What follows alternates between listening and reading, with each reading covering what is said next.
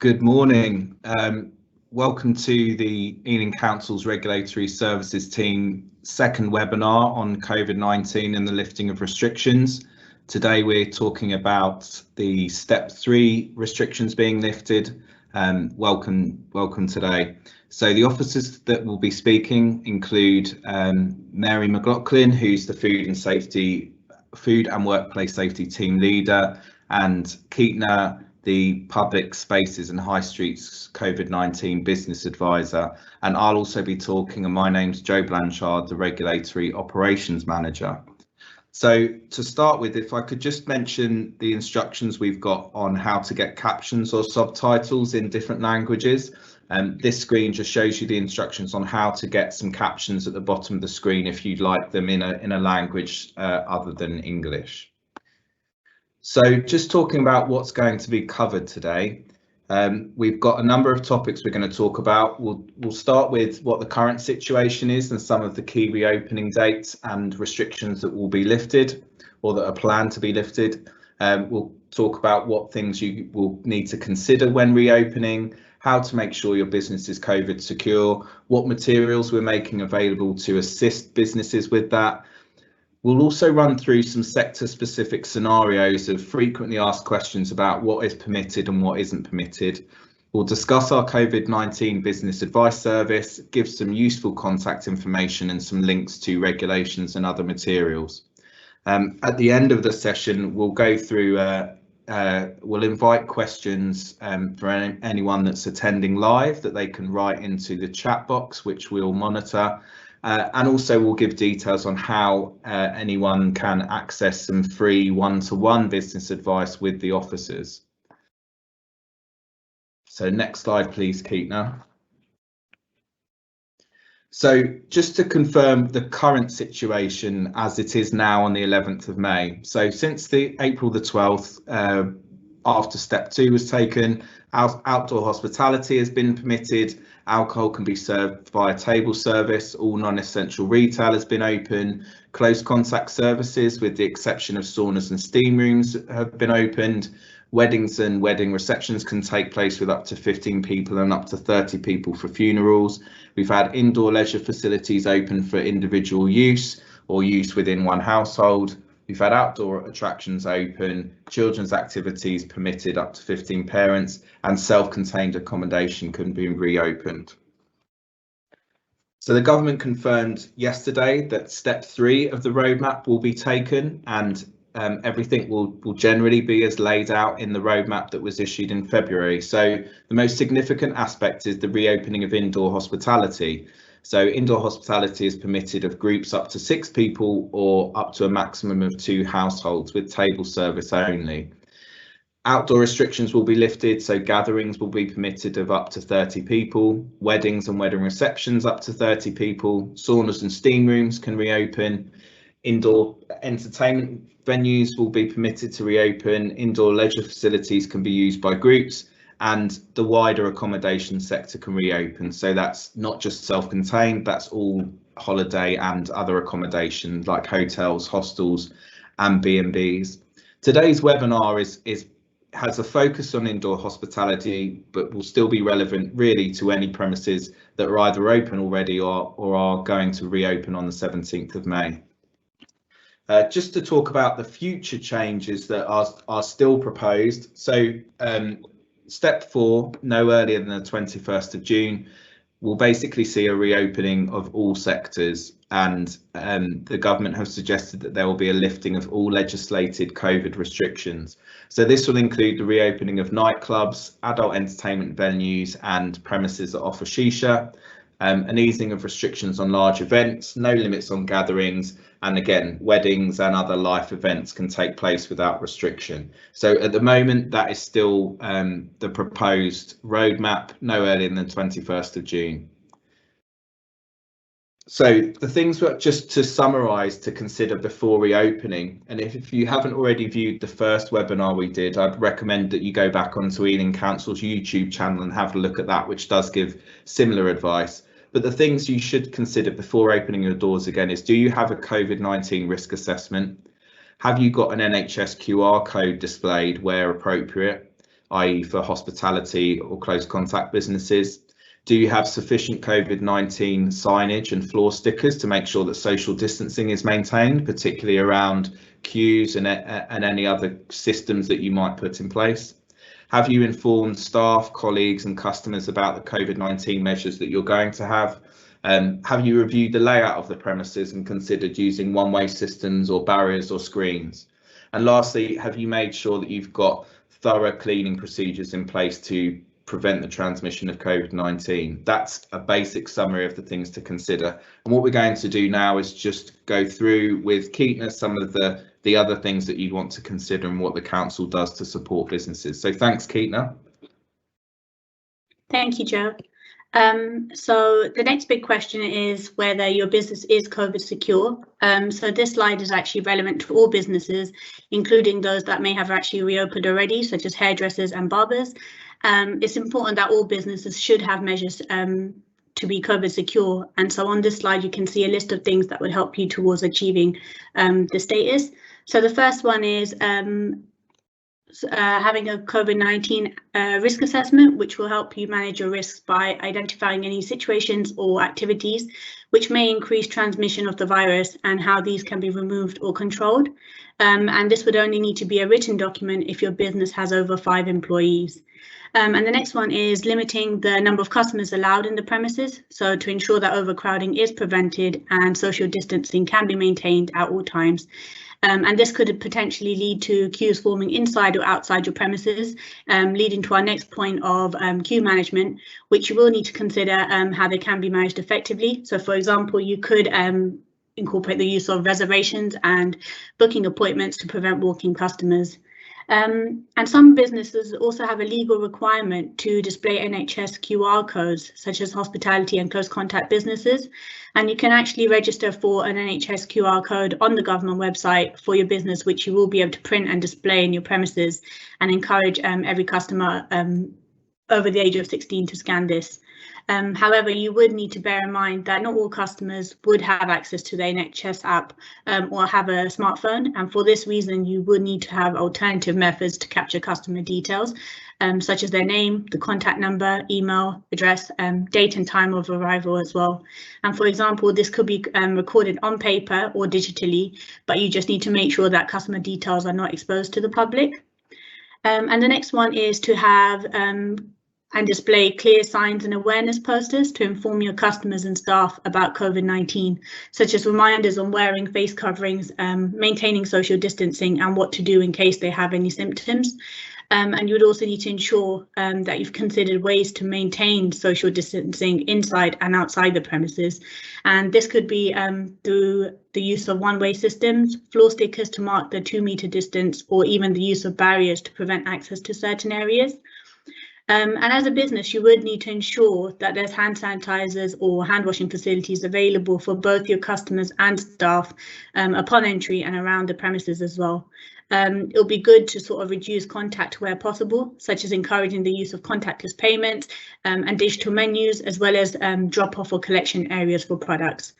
And finally, we have more frequent cleaning within the premises, including the highly touched areas, such as door handles or counters. Cleaning should actually take place more often, such as after each customer use within an indoor leisure facility, such as the gym equipment, or hospitality businesses where customers have been seated. And cleaning should be carried out regularly, and it will also be beneficial if you actually retain cleaning records or log sheets to sort of help monitor this as well. And by implementing all of these, you'll be ensuring that your business is COVID secure. So in order to become COVID secure, we've included some links on how to obtain some COVID secure materials for your business. And the first link relates to a COVID-19 risk assessment template, which is available on the HSE website, which can actually assist you in writing up your own for your actual business itself.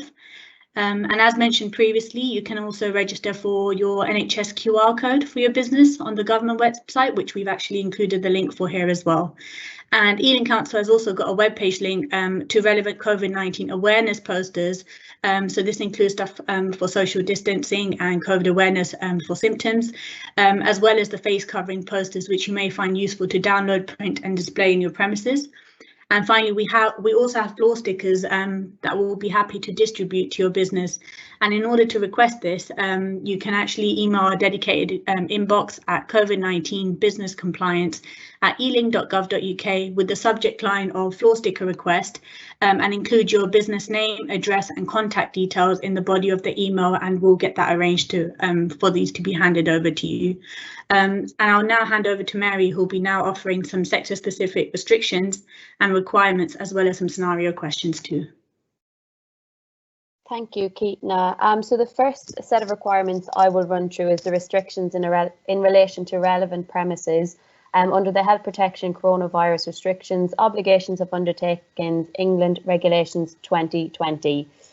So the first one is a business must take all reasonable steps to ensure that no bookings are accepted for a group of more than 30 persons where the group is to be located or seated outdoors. No bookings are to be accepted for a group of more than 6 persons where the group is to be located indoors, and no persons joined another group or otherwise acts in a way that would contravene the regulations. And secondly, a person responsible for carrying on a business in the hospitality sector must take all reasonable measures to ensure that an appropriate distance is maintained between tables. An appropriate distance would include at least 2 meters. If this is not possible, then it could be 1 meter if there's extra measures such as barriers or screens between tables. The tables are arranged back to back or otherwise arranged so that they're not face to face, or you have other measures in place to limit the risk of transmission. So then some further requirements in relation to the hospitality sector under step 3. So businesses must keep a record of all customer details to assist NHS test and trace for those aged over 16. Staff must wear face coverings at all times when in open area and facing the public. Customers must also wear face coverings when they're not seated, so this includes entering the premises and leaving the premises, or if they're leaving their seat to use toilet facilities. Alcohol can only be ordered and consumed when seated. Customers are not required to order substantial meal when ordering alcohol, and there's no curfew on opening or serving hours under the current COVID steps regulations. Tables and seating areas must be socially distanced, and indoor entertainment, including soft play areas, permitted inside these premises. So businesses should avoid the need for customers to collect cutlery and condiments. Where possible, keep tables clear of condiments, cutlery, napkins, and provide these once customers are seated and have ordered food. We do encourage to consider the use of digital tools. This includes menus using QR codes or online ordering to reduce contact. Consider the use of disposable menus or laminate menus which can be cleaned after each use. Ensure broadcasts and music is played at a low level to prevent customers shouting, and keep customers and staff contact to a minimum, for example, assigning 1 staff member per table or group. So just some scenario questions and answers in relation to the hospitality sector. So can I provide hospitality to a group of friends who are not related to each other? The current restrictions state that the gathering limit indoors is up to 6 individuals, so the rule of 6, or up to 2 households. This means the maximum number for a group of friends to be served indoors will be 6, and anything more is not currently permitted. Bookings must not be accepted for groups of more than 30 outdoors. Can my customer order their food or drinks at a counter? Well, this will depend on whether your premises serve alcohol or not. So premises who do not serve alcohol, customers can order and pay for their food and drinks. However, they can only consume this while being seated. Those premises who do serve alcohol, the food and drink must be ordered by and served to a customer who is seated and remains seated while consumption. Can tables and chairs be less than 2 meters apart? So we do recommend, where possible, that all tables and chairs are at a distance of 2 meters. However, this can be reduced to 1 meter if they include barriers or screens in between the tables, or the tables are arranged so that the seating is back to back and not face to face. Am I permitted to provide shisha for consumption outdoors from the 17th of May? So no, the consumption of a shisha is still prohibited. Venues are prohibited from providing smoking equipment such as shisha pipes for the use in the premises, both indoors and outdoors, and this is until the 21st of June at the earliest. So in regards to events, so some outdoor events organised by a business, charity, public body or similar organisation can be organised if they do comply with COVID secure guidance and complete a risk assessment. Weddings and receptions may take place in COVID secure venues with up to 30 people. The government have said that the 30 people limit for funerals will be lifted, providing the venue can comply with social distancing. Guests must also wear face coverings when moving around the COVID secure venue, and they should be seated in a socially distanced manner. So what are the restrictions on numbers for events? Weddings, receptions and commemorative events such as wakes can take place with up to 30 people. Is the bride and groom included as part of the 30 people? So yes, the maximum number includes the couple, witnesses and guests. Anyone working, such as photographers, would not be included in the number of 30 people. So can my business now host wedding ceremonies and receptions? Wedding and civil partnerships can only take place in COVID-19 secure venues or public outdoor spaces. Receptions are only permitted to be held in any COVID-19 secure venue indoors and outdoors. Can large events such as conferences, theatre and conference and sports performances take place? So these events will be permitted with some capacity. So indoor events permitting up to 50% of the venue's capacity or 4,000 people, whichever is lower. And outdoor events permitting either 50% or 4,000 people, again, whichever is lower. And then in regards to indoor sports and leisure facilities, so where facilities may be busy, example during peak hours, consider the use of pre-booking facilities to ensure capacity numbers within the premises are not exceeded. All machines and equipment available should be wiped before and after each use by users. All gym machinery and equipment must be spaced out by 2 meters to allow social distancing to take place. And ensure the premises has good ventilation and circulation of air, such as opening of the doors and windows and the use of ventilation systems. And just some sector scenario questions and answers in regards to indoor sports. So can personal training sessions be carried out indoors? The personal trainer or coach is exempt from legal gathering limited for work purposes. And can group classes such as spinning classes take place? So group classes can take place indoors from the 17th of May. And I'll just hand you back to Keitna, who will go through our COVID Business Advisory Service. Thank you, Mary. So within the council, we also have a COVID Business Advisory Service that we offer. And this is a free face-to-face bespoke service that we offer to our businesses to help them achieve a COVID secure environment. And we also prepare guidance documents and leaflets produced to assist businesses, which are available on our Ealing Council website. And we do encourage our businesses to read these first. However, if businesses would like to seek bespoke advice from us, they can email us with their contact details to COVID-19 businesscompliance@ealing.gov.uk, and we can make further arrangements.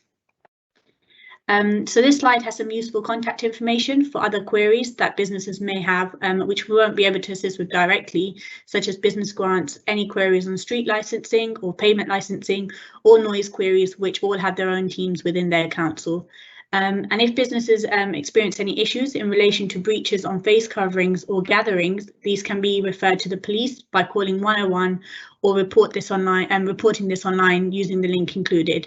And any issues on antisocial behaviour can be reported to the Ealing Council Safer Communities team. And here are some relevant links, including the roadmap that was issued by the government, as well as the relevant regulations on the steps measures, collection of contact details and obligation of undertakings. And following this webinar, we'll also be taking some personal appointments where you can actually book appointments online with an advisor for 20 minutes at your preferred date and time, where you'll be able to ask these questions. And you can actually book these using the link in the actual slide. And I'll now hand over back to Joe as well. Great, thank you, Keitna. Thank you, Mary, for all of that very useful information. So I thought I'd just sum up. We've just talked about some of the dates coming up and the easing of restrictions as of the 17th of May for step 3 and the COVID-19 advice service that we're providing. Just a couple of things I'd probably flag in closing before we move to any questions if we get any in the chat. Really, the main one is if you run a business and you have any questions at all, do use our email address, covid19businesscompliance@ealing.gov.uk. That is our dedicated email address for any business related COVID inquiries. We also take inquiries from any voluntary or charitable sector organisations and can assist them with queries about COVID secure status and implementing safe measures. The other thing I'd just like to mention with the reopening of different sectors, obviously I represent regulatory services, so we've got food and licensing and trading standards teams within that service as well. So if you do need any advice, for example, if you're considering modifying your license, don't hesitate to contact those teams directly.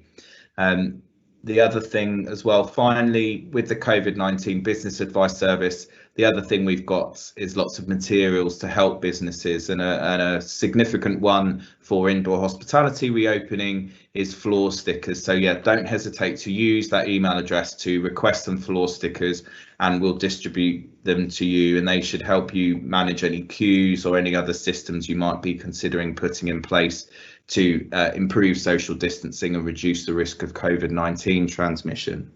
So that's where I think we're going to end, and I'll open it up to anyone that's listening at the moment if they'd like to ask any questions in the chat.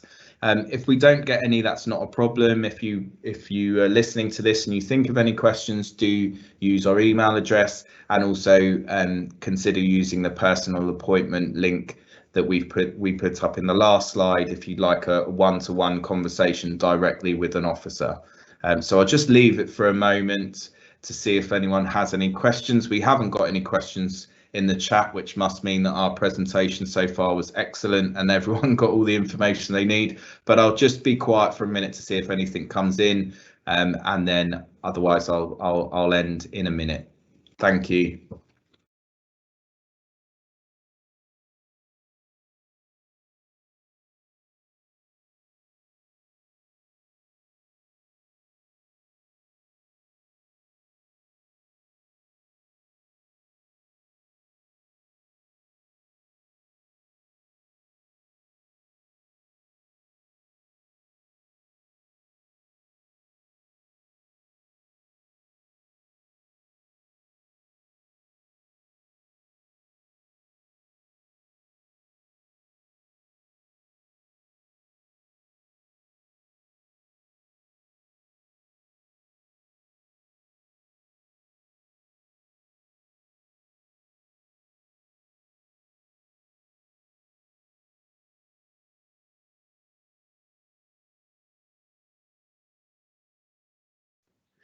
Okay, well, no questions in the chat, so big pat on the back for you, Mary and Keena, for doing such a good presentation.